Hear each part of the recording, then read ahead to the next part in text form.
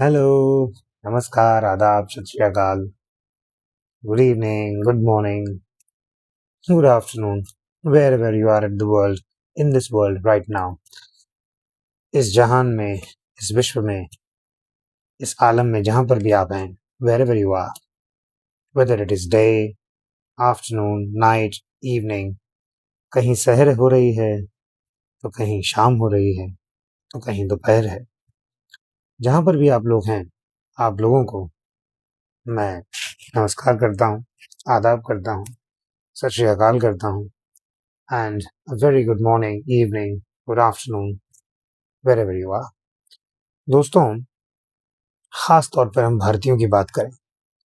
हम भारतीयों को आजकल आप देख रहे हैं विदेशों में, जहां पर भी प्रवासी भारतीय रह रहे हैं, चाहे वो ऑस्ट्रेलिया हो, चाहे वो स्विट्जरलैंड हो, चाहे वो और कोई देश। खास तौर पे मैं विकसित देशों की बात करूंगा।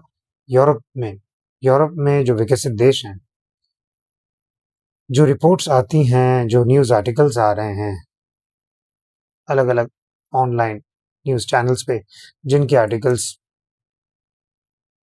नज़र आ ही जाते हैं, उसमें से कुछ आर्टिकल्स में यह साफ तौर पर नज़र आ रहा है कि भारतीय लोग जो आर्थिक तौर पर समृद्ध हैं, खास तौर पे इंडस्ट्री या मैन्युफैक्चरिंग से रिलेटेड भारतीय कॉरपोरेट्स की बात करूं, जिनके ऑफिसेज या जिनके एस्टेट्स विदेशों में हैं, उनके बच्चे जो वहाँ पढ़ रहे हैं या उनके एक्सपैट्रिएट्स हैं, वो तो एक्सपैट्रिएट्स हुए, तो उनके बच्चे जो वहाँ पढ़ रहे हैं या पढ़कर अब बड़े हुए हैं, उनको भी रंग-भेद झेलना पड़ रहा है।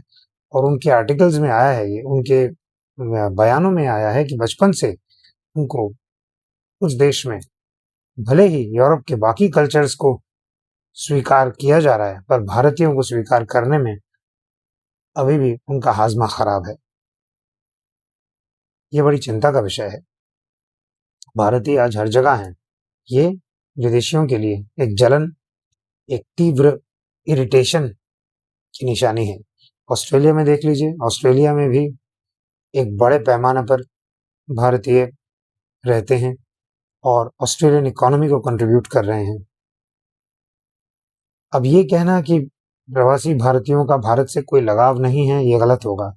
पर ये भी मान लेना कि ये सब के सब जो प्रवासी हैं, चाहे वो किसी भी देश में रहते हों, इनको भारत से, इनमें से हर एक को भारत से प्यार है या इनमें से हर कोई भारत वापस लौटना चाहेगा, ये भी सही नहीं है। सब अपनी-अपनी जगह सही हैं, कोई अपनी जगह गलत नहीं। सबके अपने-अपने कारण हैं। जो लोग विदेशों में एस्टैब्लिश्ड हैं या नई नौकरी पाके वहाँ गए हैं, वहाँ के वर्क कल्चर के साथ यहाँ के वर्क कल्चर की कंपैरिजन्स करते हैं, तुलनाएँ करते हैं। अवश्य हो सकता है या हुआ भी है, देखा भी जा रहा है, रिसर्च ये कह रही है और लोगों के आर्टिकल्स भी कह रहे हैं, लोगों के मीडिया पोस्ट्स भी कह रहे हैं, सोशल मीडिया पोस्ट्स भी ये कह रहे हैं। आप देखेंगे कि इनमें सच्चाई है अपनी जगह। Work cultures are different there in Switzerland और नॉर्वे और other European countries, even in the US, Australia. पर ये जो रंग भेद की बात है ना, एक व्हाइट पॉपुलेशन को अभी भी ये कलरफुल भारतीय पसंद नहीं आ रहा।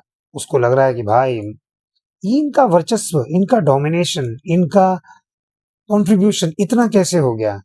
फॉर्च्यून 500 कंपनीज के, कई कंपनीज के सीईओज आज की तारीख में भारत के हैं, भारतीय हैं और उनका भारत में भी योगदान है। मैंने जहां तक देखा है, एनआरआईज लौट कर भी आते हैं, इंडिया के लिए कंट्रीब्यूट भी करते हैं, ऐसी फिल्में भी बनी, आप भी जानते हैं मैं किस फिल्म का जिक्र कर रहा हूँ, मुझे नाम दोहराने की जरूरत नहीं है। कि जो देश में आकर देश के लिए काम करते हैं, देश की प्रतिभा को विकसित करने में अपना शक्ति, अपनी एकाग्रता, अपना सामर्थ्य प्रदान करते हैं। मैं तो बस ये कहूंगा कि भारतीय प्रवासी जहां पर भी जाएं, अपनी संस्कृति को लेकर जाएं, परंतु उनके जैसा जैसा देश वैसा भेष ना बने, परंतु उनके देश की इज्जत करें और उनके देश के लोगों की इज्जत करते हुए अपना काम करें। इसका हरगिज ये मतलब नहीं कि हमारे देश की अगर वो लोग निंदा करते हैं तो वो निंदा वो सह लें, बिल्कुल नहीं। ऐसे ही हमारे देश से जो लोग वहां जाते हैं, the people who go from here and they think that India is nothing in comparison to that country, they should never come back to India. ऐसे लोग भारत वापस नहीं आने चाहिए. ऐसे ही जो भारतीय यहाँ आ रहा है उसको रिवर्स कल्चर शॉक लग रहा है, तो उसको भारतीयों को वापस अपनाना चाहिए.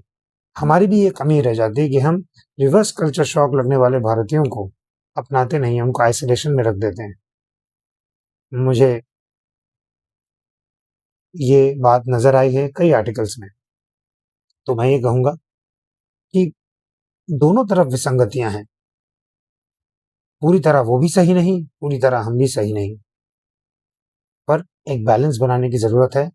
और देश का अपमान, अपने देश का अपमान या जिस देश में आप धन कमा रहे हैं उस देश का अपमान, दोनों का ही अपमान निंदनीय है.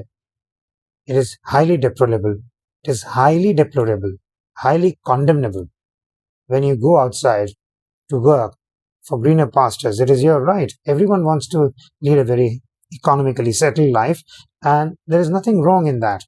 However, the problem is when people from our country go there and establish their life after a long struggle, if they are subjected to racism, that's highly condemnable, very tragic. Because if they are subjected to racism, they are not only being targeted, but India is also targeted. Right? Also, if we feel as an NRI, non-resident Indian, that India is good, its social life is good, but because of its infrastructural problems, yes, things are improving. India still is not the place to live. Then I'm sorry. Why you are carrying this identity of being an Indian? You should not. ये सोचने का विषय है. देश से बड़ा कोई नहीं, कोई भी नहीं. जिस देश में हम जा रहे हैं उस देश के धन और उसकी आर्थिक संसाधनों का, उसकी इकोनॉमिक रिसोर्सेज का यूज कर रहे हैं और हम वहां समृद्धशाली बन रहे हैं. We are generating income, we are generating wealth. That country should not be disrespected. At the same time, the country from where we are coming, that is our identity. And that country has given us a lot of things. Our identity, our culture, our beliefs, our values, and we are carrying them there. We are acclimatizing, we are accommodating, we are adapting to their culture. But that does not mean that we should be leaving our culture. No, absolutely not. But at the same time, we should respect their culture as well and respect our own nation. तो कई विसंगतियां हैं, पर ये सब बात आप लोगों से कर रहा हूं. सोचिएगा, अपनी राय मुझे दीजिएगा इस बारे में, जो भी आपको कहना हो. Right? Okay, thank you so much. Thank you for listening to me. Take care. फिर मुलाकात होगी इस YouTube चैनल जहां पना 007.